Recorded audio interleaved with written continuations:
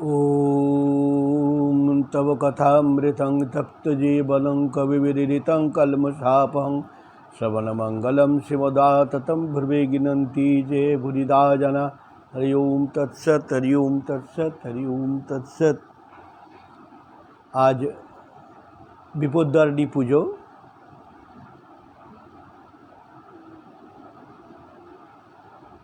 13ই জুলাই 1921 সাল মঙ্গলবার। শ্রীরামকৃষ্ণ মা সারদা ঠাকুর এসছেন আমাদের কাছে। স্বামীজি বিবেকানন্দ এবং পরম পূজ্যপাদ শ্রীমৎ স্বামী তপনন্দ মহারাজ, পরম পূজ্যপাদ গুরুদেব স্বামী তপসন্দ মহারাজ। এই পরম্পরাতে আমরা ঠাকুর মা স্বামীজি তপনন্দ মহারাজ আমার গুরুদেবকে পেয়েছি। আজ আমাদের জীবন ধন্য যে আমরা ঠাকুরকে পেয়েছি, মাকে পেয়েছি, স্বামীজিকে পেয়েছি, তাদের আদর্শ পরম্পরাগত গুরুর মাধ্যমে পেয়েছি। প্রত্যেকেরই জীবন ধন্য। বিশেষ করে প্রতিদিন, প্রতিটি সময়, প্রতিটি মুহূর্ত আমাদেরকে কী করতে হবে? ভগবত অভিমুখী, ঠাকুরমুখী হতে হবে। পরম পূজ্যপাদ গুরুদেব একদিন বলছেন যে আমাদেরকে এমনভাবে একাগ্রতা বাড়াতে হবে যে 1 বছরটা 1 মাসে চলে যাবে, মনে হবে 1 মাস হলো, এবং 1 মাসটা 1 দিনে মনে হয়ে গেল শেষ। 1 দিনটা 1 ঘন্টায়, 1 ঘন্টাতে 1 মিনিটে, 1 মিনিটে 1 মুহূর্তে যেন হয়ে গেল। এটা হচ্ছে একাগ্রতার লক্ষণ। তাই আমাদেরকে সবসময় একাগ্র নিয়ে জীবন কাটাতে হবে। একাগ্রতা হলেই তাকে পাওয়া যাবে। ওই জন্য সময়, দিন, কাল এটার অপেক্ষা না, সবসময় ভগবত অভিমুখী। মানুষের জীবনটা হচ্ছে খুব অল্প সময়তে, এবং বিভিন্ন রকম লোক আছে, দেবতা লোকের, সেখানে হাজার হাজার বছর জন্মায়। আমাদের কত আর 60, 70, 80, 90, 100 শতায়ু ছাড়া বেশি খুব কম। তা আমাদের হচ্ছে কি, যতক্ষণ থাকবো জীবন মুক্তির আনন্দে কাটাতে হবে। যতক্ষণ আছি ততক্ষণ আমাদের। তোমার ফটো এসে যাচ্ছে, তোমার ফটো সরে যখন থেকে ফটো এসে যাচ্ছে, সর্বনাশ কাণ্ড, আচ্ছা কাণ্ড। তা আমাদের হচ্ছে কি, সবসময় ঈশ্বর চিন্তা, ঈশ্বর ভাবনা, আর এই নিয়ে এই জন্য থাকা উচিত। কারণ আমাদেরকে জীবনটা হচ্ছে দুর্লভ। মানুষত্ব, মুমুক্ষুত্ব, সাধু সঙ্গ জীবনের দুর্লভ। এই দুর্লভ জীবনটার অর্থ হচ্ছে কি, খুব ভেবেচিন্তে দেখা গেছে, যতদিন আমরা এই শরীরে জীবনে আছি ততক্ষণ আমি কী করছি? আমি করছি, আমার করছি। এবং শরীরের উপর কেউ দেখতে ভালো, কেউ খারাপ, কেউ কালো, কেউ ফর্সা, কেউ সুন্দর, কেউ সুন্দরী, কেউ বয়স কম, কেউ বয়স বেশি, কেউ হচ্ছে ধন দৌলত অনেক আছে, কেউ গরিব, কেউ বিভিন্ন রকম মান যশ প্রতিষ্ঠা আছে, কেউ সাধারণ লোক হয়ে আছে। ব্যাস এইটুকুই পার্থক্য আমাদের জীবনে আছে। আওয়াজ হচ্ছে। আমাদের জীবনটাই হচ্ছে কি, সবসময় মনে রাখতে হবে যে আমাদেরকে এর বাইরে যেতে হবে। সে বাইরে যাওয়া মানে কি, প্রত্যেকের ভিতরে শুদ্ধ চৈতন্য আত্মা, সেই আত্মার সঙ্গে সাক্ষাৎকার করতে হবে। আর সেটার অধিকার সবারই আছে, প্রত্যেকের আছে অধিকার। যদি আমরা চাই যে সেই আত্মজ্ঞানে নিজেকে আমরা আরূঢ় হব, তাতে কি হয় কি, আমাদের জীবনটা ধন্য হয়। এই জন্য আমাদের জীবন সচ্চিত আনন্দস্বরূপ পরব্রহ্ম ছাড়া আমাদের যা কিছু, এই জাগতিক মানেই হচ্ছে কি, যা কিছু আমাদের কামনা বাসনা থাকছে, তখন আমাদের সেই সচ্চিত আনন্দস্বরূপ পারমার্থিকে মন যায় না। নিয়ম হচ্ছে যতক্ষণ জাগতিক থাকবে, আর জাগতিকের মধ্যেই যত কিছু মান যশ প্রতিষ্ঠা প্রলোভন, এই আমিত্ব, এইগুলো সব চলে আসছে। সেই সময় পারমার্থিক হচ্ছে কি, প্রত্যেকের একটাই, সেটা হচ্ছে কি পরিচয়, সচ্চিত আনন্দ, পরব্রহ্ম, পরমাত্মা, পরমেশ্বর। আর সেটাতেই নিজেকে আরূঢ় থাকা। এই যে গীতা, চণ্ডী, পুরাণ, ভাগবত, উপনিষদ, অষ্টাদশ পুরাণ, বেদ, বেদান্ত, যা কিছু সব, এর মূলে হচ্ছে আমাদের অবিদ্যা নাশ করা। অবিদ্যা নাশ করা, আমাদের জীবনের যে জাগতিক ভাবটাকে সমস্ত ত্যাগ করে আমাদের পরমার্থিক যে সচ্চিদ আনন্দ স্বরূপ, এটাতে আরূঢ় হওয়া, সে অবস্থাতে আমাদের নিজেকে আহরণ করা, এটাই হচ্ছে জীবন। প্রতিষ্ঠিত হওয়া, স্থিতি লাভ করা। তো যারা যতটাই করেছেন তারা আনন্দ পেয়েছেন, কিন্তু এই পাওয়ার মধ্যেও পার্থক্য আছে। কেউ হচ্ছে কোমল বৈরাগ্য, যারা সম্পন্ন, যারা তীব্রতা কম, তারা একটু একটু পাচ্ছে, করছে, সবাই পথে এগোচ্ছে। দিল্লির পথে যাচ্ছে ট্রেনে, কেউ আধ ঘন্টা, কেউ 1 ঘন্টা, কেউ 2 দিন, কেউ 2 ঘন্টা আগে চলে যাচ্ছে। যে যত এগিয়েছে সে তত এগিয়ে যাচ্ছেন, কিন্তু যাচ্ছে সবাই। তেমনি জীবনের চলার পথে আমরা প্রত্যেকে এগোচ্ছি, কিন্তু কেউ কম কেউ বেশি জীবনে করছি। তো যে যত তাড়াতাড়ি চলে যাচ্ছে সেখানে লাভ করছে। এরপরে ঠাকুর ইচ্ছা তিনি যদি জগতের কল্যাণে পাঠান তো আসবেন, কিন্তু আগে আত্মজ্ঞান লাভ করতে হবে, ব্রহ্মজ্ঞান লাভ করতে হবে। সেই একটা মত হচ্ছে কি বৈরাগ্য। বৈরাগ্য হচ্ছে জাগতিক যা কিছু ত্যাগ না হলে কখনো আধ্যাত্মিক জগতে পরমার্থ পদে নিজেকে আলুড় হওয়া যায় না। সেই জন্য হয়তো গুরু শিষ্যদেরকে অনেক বোঝাচ্ছে, কথাকার প্রবচন করছে, বিভিন্ন জায়গায় কত কিছু পড়ছে, কিন্তু জ্ঞান লাভ হওয়া এবং অবিদ্যা নাশ করা খুব কঠিন। কেননা কোথার থেকে যে সে বলে না, অসত্য গাছের আবার গাছ বেরিয়ে যায়। আমাদের ভিতরে এত মানে হয়ে প্রবেশ হয়ে আছে অহংকার, আমি আমার, এটা যেতে চায় না। রাত্রে ঘুমিয়ে গেলাম, ভাবলাম সব শেষ হয়ে গেল, আবার সকালে উঠে সেই যা প্রপঞ্চ চলে আসলো। তেমনি মৃত্যুর পরে আবার সেই প্রপঞ্চ চলে আসবে। মৃত্যু মানে কি একটা বড় ঘুমের পরে আবার। এখন জাগতিক হিসাবে যেটা আমরা জগতে দেখতে পাচ্ছি, স্বপ্নের সময় এগুলো কোনো কিছুই থাকে না, কোনো হেল্প করে না। আবার স্বপ্নের সময় আমি যেটা হচ্ছি সেটা আবার জাগ্রত অবস্থা কোনো প্রয়োজন হয় না। আবার সুষুপ্তি অবস্থা মানে যখন খুব গভীর শুয়েছিলাম চিন্তা, তখন কি ন কিঞ্চিৎ অবিদ্যেষাম অহম সুখম আপ্সাসম, আমি খুব নিশ্চিন্তে শুয়েছিলাম, তখন জাগ্রত শাসনও থাকে না। তো এখানে যোগীরা কী করছে, চিত্তবৃত্তির নিরোধ যোগাহা, পাতঞ্জলে আছে চিত্তবৃত্তি নিরোধ, বৃত্তিটাকেই তারা কী করছে, সম্পূর্ণ নাশ করছে।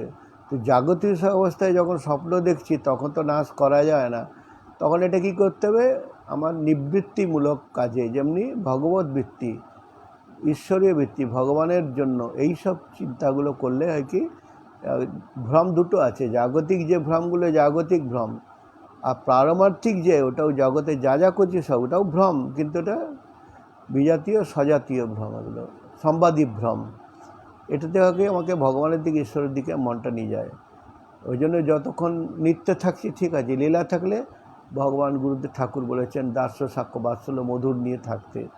তা আজকে আমাদের এই বিশেষ দিনে সবাইকে এটাই আহ্বান করা হচ্ছে যে যতক্ষণ সময় থাকবে, আজকে সকাল থেকে এটা ভাবছিলাম মনের মধ্যে, খুব ভালো লাগলো যে আমরা কী জন্য এসেছি বা কী চেষ্টা করছি। প্রত্যেকের একটাই উদ্দেশ্য কি, রুটি কাপড়া মাখান। আমাদের কথা আছে না, রুটি কাপড়া মাখান। এর সঙ্গে আরও আছে, রুটি কাপড়া মাখান হলেও হবে না, রুটিও দরকার শরীর রক্ষার্থে, মাখানো দরকার শরীর আচ্ছান্নের জন্য, শরীর কাপড় পরতে হবে নিজের লজ্জা নিবারণের জন্য, শীত গ্রীষ্ম বর্ষা থেকে বাঁচার জন্য। তার সঙ্গে হচ্ছে কি, যদি আমাদের শান্তি যদি না থাকে, আমাদের মনের মধ্যে যদি আনন্দ লাভ না থাকে, আমাদের মনের মধ্যে যদি সন্তুষ্টি না থাকে, আমাদের মনের মধ্যে যদি প্রশান্তি না থাকে, তাহলে এগুলো রুটি কাপড়া মাখানেও কিছু করতে পারে না। যেটা জগতে হচ্ছে সব পেয়েও মনে হচ্ছে পাইনি, দুঃখ জ্বালা যন্ত্রণা। এটার জন্য হচ্ছে কি, মনের মধ্যে শান্তি শান্তি শান্তি, সে শান্তিটা একমাত্র ভগবান লাভ হলেই শান্তি হয়। তাছাড়া ঈশ্বর লাভ ছাড়া জগতে যা কিছু বৈভব চোখের সামনে দেখা যায়, কত কিছু, সে বিদ্যার 64টি বিদ্যার অধিকারী, গান বাজনা তবলা নাচ প্রবচন পড়াশোনা কত বড় হচ্ছে, কিন্তু লাস্টে সেই মৃত্যুর কবলে প্রত্যেককে যেতে হচ্ছে। প্রত্যেকে, সে বড় বড় সায়েন্টিস্টও দেখলাম, বড় ডাক্তার ইঞ্জিনিয়ার, তারা মৃত্যুর কবলে, সেখান থেকে রক্ষা নেই। কিন্তু যতদিন এখানে আমরা জগৎ জীবন বেঁচে আছে আমি করছি, জগতের আমার করছি, যেই চলে গেলাম এরপরে পিরিয়ডটা কিন্তু এটার সঙ্গে কোনো দিন এটার সঙ্গে সম্পর্ক থাকবে না।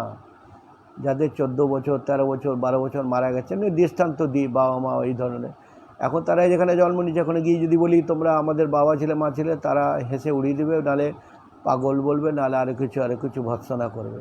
তাদের জীবন তেমনি আমরাও ছেড়ে এসেছি কোথাও, আগের জন্মের কোথাও জীবন ছেড়ে তারপর তো এখানে এসেছি, সেখানে তাদের ছেলে মেয়ে সংসার আছে, সেগুলো তো আমাদের মনে করছি না আমরা। আবার এটাকে নিয়ে নাড়াঘাটা করছি, আনন্দ করছি। তাহলে থাকছে কি, থাকছে হচ্ছে কি সংস্কার। যারা ভালো গান জানে, যারা ধরো খুব ওস্তাদ, মারা গিয়ে হয়তো কারো ঘরে ছেলেমেয়ের ওস্তাদের ঘরে জন্ম নিয়ে আবার গান শুরু হলো, যেমনি অনেক দৃষ্টান্ত আছে, অল্প বয়স থেকে সেসব ট্যালেন্ট হচ্ছে। তো এইভাবে গুণবলী যারা বড় বড় সব নাম করা পাণ্ডিত্য ইঞ্জিনিয়ার আছে তারা ওই ঘরে করছে, যারা সংস্কৃতের তারা ওই ঘরে জন্ম নিচ্ছে। যে আমাদের টপ প্রায়োরিটি যেটা মৃত্যুর আগে যে সংস্কারটা আমরা সেটাই যায়। সেই জন্য আমাদের কী করতে হয়, ভগবত বৃত্তির শুভ সংস্কার করে করে যদি মৃত্যু হয়, তাহলে গীতাতে আছে শ্রীমতাং গিয়ে, ধনির গিয়ে, ব্রাহ্মণ ঘরে, কেননা এটা সুবিধা হয়, অনেক কিছু সেখানে জন্ম হয়। সেই জন্য এই জীবনটা পুরোটাই হচ্ছে কর্মের দ্বারা, কর্মে পাস করে সংস্কার তৈরি করে আমাদেরকে আত্মজ্ঞান লাভের সহায়ক অবস্থাতে আমাদের সবসময় চেষ্টাটা করে যেতে হবে। এবার ঈশ্বর ইচ্ছায় বলে না, ঈশ্বর কৃপায় গুরু কৃপার আত্মকৃপা, আত্মকৃপাটা খুবই দরকার। একটা গাছ পালঙের তলায় দড়ি পড়ে আছে, আমি সারা রাত ঘুমোলো না, কিন্তু টর্চ মিনিট দেখে নেওয়া, তাহলে কি দড়ি পড়ে আছে, তাহলে কোনো ভয় নেই। তো জ্ঞান অজ্ঞান দুটো এইটুকুই পার্থক্য। যদি আমি জেনে নিলাম আমি শরীর নই, মন নই, বুদ্ধি নই, শব্দদোষ লিঙ্গ শরীর নই, আমি হচ্ছে আত্মা, তাহলে হয়ে গেল। কিন্তু এই দেখাটার জন্যই বহু কাঠখড় পোড়াতে হয়, তপস্যা করতে হয়, সাধন ভজন করতে হয়, গুরু সঙ্গ করতে হয়, এবং অনেক কিছু তাকে জীবনের ত্যাগের পর্যায়ে যেতে হয়। আর যাদের জন্মজন্ত সংস্কার আছে তার অল্পতেই তাদের হয়ে যায়। যে মুক্তি যারা হয়ে যাচ্ছে, নিত্যশুদ্ধের থাক বলছে। সেই জন্য যাদের নয় তাদের ত্যাগ করতে হবে, যাদের আছে তাদের বেশি ত্যাগ করতে হয় না। তো যাক, আসুন আমরা আজকে রামকৃষ্ণ কথামৃত পাঠের কিছু আলোচনা চর্চা, যেটা ঠাকুর আমাদেরকে অতি সহজভাবে কীভাবে সে আত্মজ্ঞান লাভ হয়, ব্রহ্মজ্ঞান লাভ হয়, ভগবান লাভ হয় এবং ভগবত বৃত্তি হয়, এটাই আমাদেরকে শেখাচ্ছেন। একাদশ পরিচ্ছেদ, দ্বিতীয় ছোট বই আমাদের, যদিও রামকৃষ্ণ কথামৃত পাঠের জীবনের উদ্দেশ্য হচ্ছে ঈশ্বর দর্শন। এটাই হচ্ছে প্রথম মূল কথা। একটা ছোট্ট কথাটা ছোট, কিন্তু এটার বিরাট মানে আমাদের কাছে মানে শিক্ষামূলক। যে ঠাকুর কখনো বলছে না জীবন উদ্দেশ্য ভোগ লাভ বলেনি, ঈশ্বর দর্শন। তা আমরা কী করি, জন্মের থেকে ছেলে মেয়েদেরকে পড়াচ্ছি কেন, ভালো চাকরি করবে, ভালো অবস্থাপন্ন হবে, টাকা হবে, বাড়ি গাড়ি হবে, ধন দৌলত হবে, মাঞ্জস প্রতিষ্ঠা হবে, তারাও খুশি হয় ছেলেমেয়েরাও, এবং যারা অভিভাবক তারাও হবে, যাক আমার ছেলে মানুষ হয়েছে, আমরাও মানুষ হয়েছি। তার মানে কি জাগতিক সম্মান, মান সম্মান, এটাই তার কাছে সবচেয়ে বড়। জায়গাটা প্রতিষ্ঠিত, টাকার ধন দৌলত সেটাই তার কাছে প্রতিষ্ঠিত। ভালো মন্দ খাবে, ভালো মন্দ শোবে এবং আনন্দ ফুর্তি করবে, সেটাই হচ্ছে তার কাছে লক্ষ্য। কিন্তু এখানে ঠাকুর বলছেন জীবনের উদ্দেশ্য, জীবন ধারণটার যে উদ্দেশ্য হচ্ছে কি ঈশ্বর দর্শন। এটা প্রতিটা ঘরে সবসময় ঘন্টার মতন বাজাতে হবে। আমি কি যে কাজগুলো করছি এটা কি ঈশ্বর দর্শনের সহায়ক, না ঈশ্বর দর্শন থেকে আমাকে মায়ামহতা সরিয়ে দিচ্ছে, অহংকারের দিকে নিয়ে যাচ্ছে। সেই জন্য হচ্ছে কি আমাদের কী করতে হবে, ঈশ্বরের প্রেম, ভালোবাসা, প্রীতি বাড়াতে হবে। সেটা তখন সম্ভব যখন জাগতিক প্রীতি, প্রেম, কামনা বাসনা আমি কমাতে পারবো ধীরে ধীরে, এটার উপর স্প্রিয়া কমবে।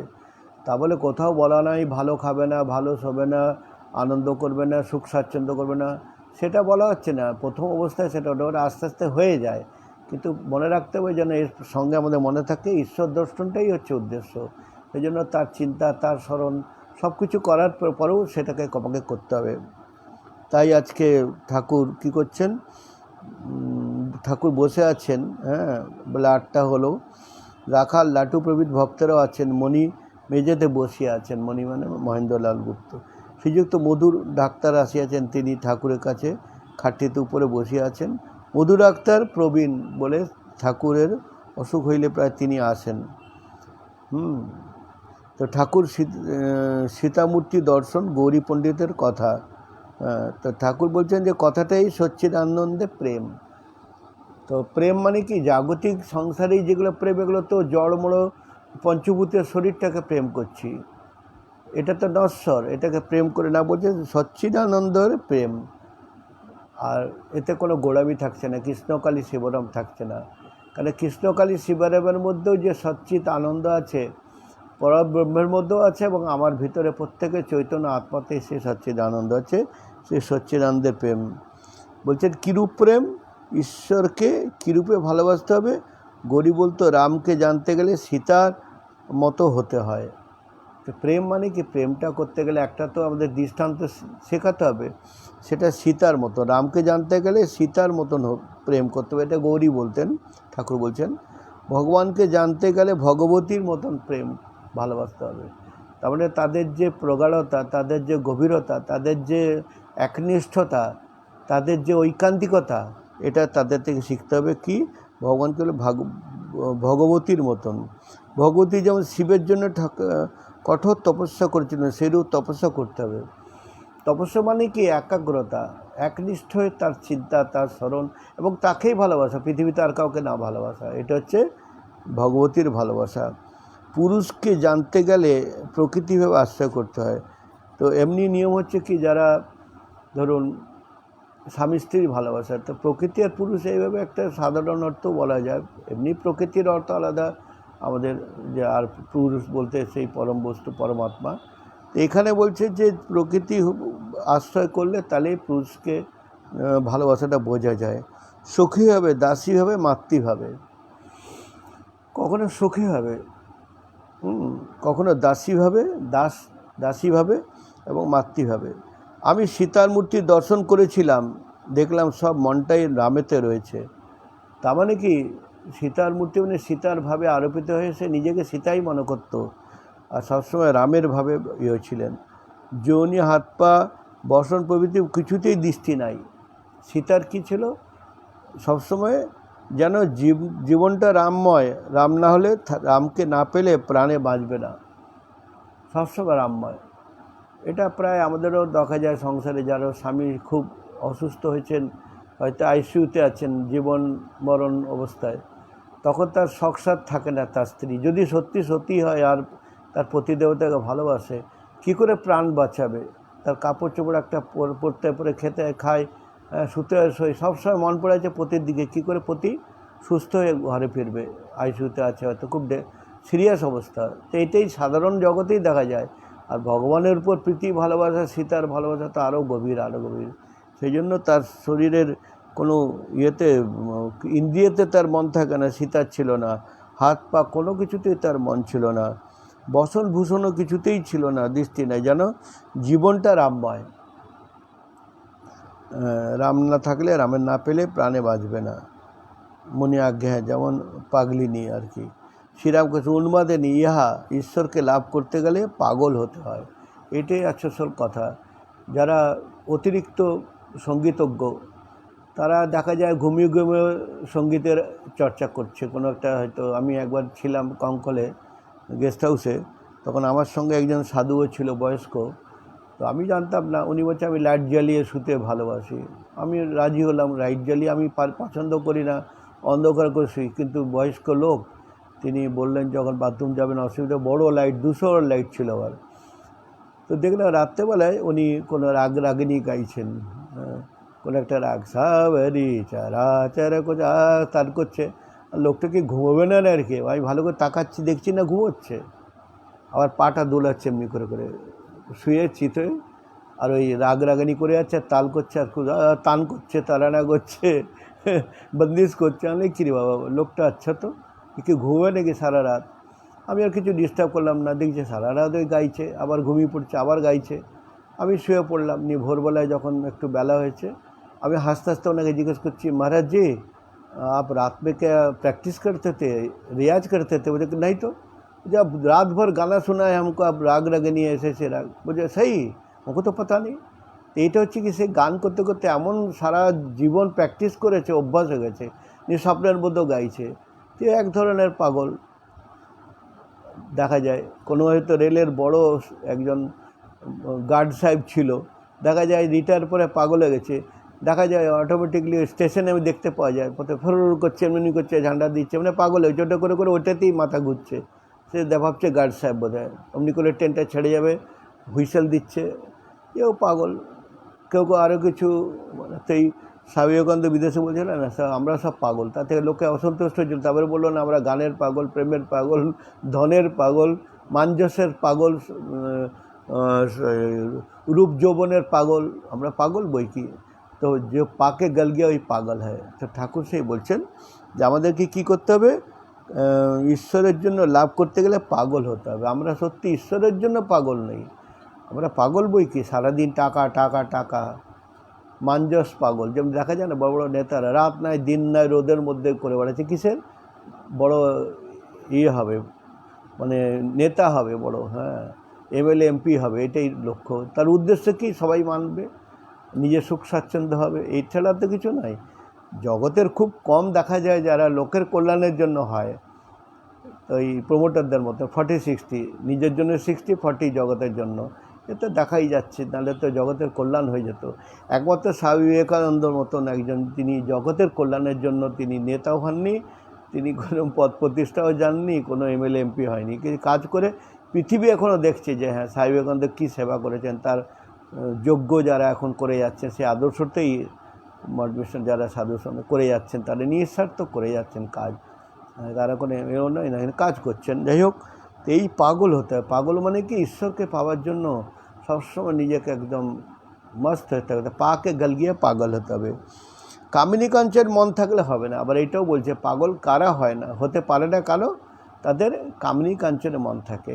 কামিনী কাঞ্চন মানে কামিনী বলতে খালি স্ত্রী তো আছেই, তার সঙ্গে সঙ্গে যে কোনো কামনারকেই বলছে কামিনী। হয়তো কোনো কামনা বাসনা আছে, কেউ পয়সার জন্য, কেউ বিদ্যার অর্জন করার জন্য, কেউ ভালো চাকরি করব, কেউ ভালো স্বামী পাবো, ভালো স্ত্রী পাবো, ছেলে মেয়ে ভালো হবে পড়াশোনায়, আরও কত রকম লক্ষ্য শূন্য লক্ষ্য বাসনা ছুটিছে গবরের, জানি নাই কিছু বুঝে নাই কিছু, দাউকে দেখায় বুঝায়, তুমি নির্মল করো মঙ্গল করো মলিন মর্ম মুছায়। তা আমাদের কাছেও আজকে কী হচ্ছে, এগুলো হচ্ছে সব কামিনী।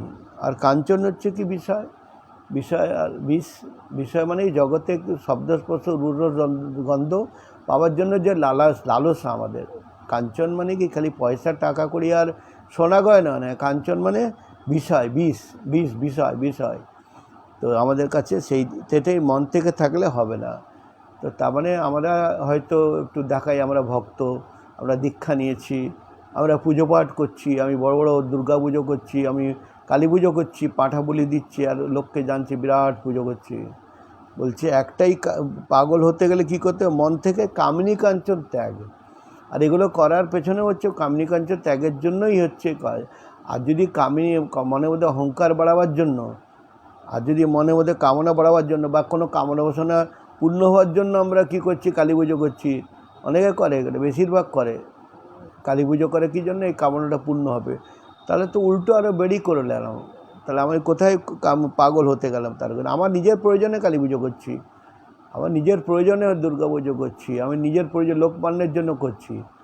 এটা হচ্ছে অন্য জিনিস, যেটা ঠাকুর করে দেখিয়েছেন নিবৃত্তির একান্তে, তখন কাউকে জানায়নি, পরবর্তীকালে জানলো এই ঘটনাগুলো। যাই হোক, তো কামিনী কাঞ্চনে মন থাকলে হবে না। এক হচ্ছে আমরা ভক্তিভাবে নাহম, আর প্রজ্ঞানভাবে সহম, এই দুটোই আছে। ওই জন্য বেদান্ত উপনিষদে কোনো বুজুর্গি নাই, কোনো ভণ্ডামি নাই, কোনো লোক দেখানো নাই, একমাত্র উপনিষদ বেদান্তে। এখন পুরাণের করতে গিয়ে আমরা যদি নিজেরা লড়াই করি, এই রাম বড় না কৃষ্ণ বড় না শিব বড় না অমুক বড়, এই করে করে নিজেদের মধ্যেই তারপরে তো অন্য সম্প্রদায়ের সঙ্গে লেগে আছে। তাতে কী হয় কি, আমাদের ভক্তি এটা হয় না। ভক্তি হচ্ছে খুব কমন জিনিস, সেটা হচ্ছে কি আমাদের বলছে একদম নিজেকে কামনা শূন্য করতে হবে। কামিনীর সঙ্গে রমণ, তাতে কি সুখ, ঈশ্বর দর্শন হলে রমণ সুখের কোটি গুণ আনন্দ হয়।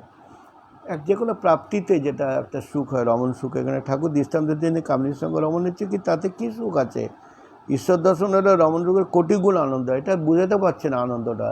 তার মানে পূর্ণতা লাভ। আমার শরীর মন প্রাণ এটা দিয়েই তো আনন্দ তৃপ্তি, এটাকে যে সৃষ্টি করছে সেই জায়গায় তুমি পৌঁছে যাচ্ছ। তাহলে কি হচ্ছে, আমি যখন সূর্যকে পাচ্ছি, সূর্য হয়ে যাচ্ছি, তখন কি আমি কোনো মোমবাতি, কোনো টর্চ, কোনো তারা নক্ষত্র তার কাছে তুলনা হয়? তুলনাটা তেমনি কোটি কোটি গুণ আনন্দ এসে যায় আত্মজ্ঞান লাভ হলে, পূর্ণজ্ঞান লাভ হলে।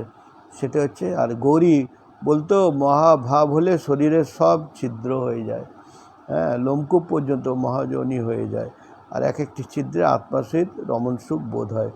তো এখন ব্যাকুলে তাকে ডাকতে হয়, গুরুর মুখে শুনে নিতে হয়, আর কিছু করলে তাকে পাওয়া যায়। কি করলে তাকে পাওয়া যায়, গুরু নিজে পূর্ণজ্ঞানী হলে তবেই পথ দেখিয়ে দিতে পারেন। এটা একটা বিরাট বড় মহৎ কথা।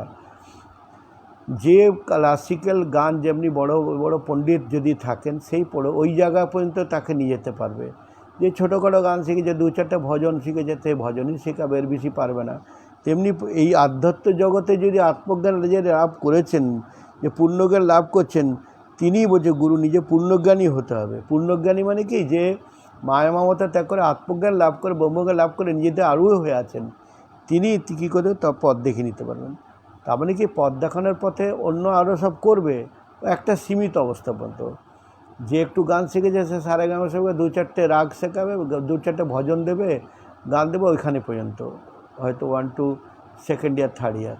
যারা আরও একটু ভালো তাহলে আরও উঁচু স্তরের গান শেখাবে, সঙ্গীতের লাইন, নাচ, নৃত্য, গীত, বাদ্য একই ব্যাপার।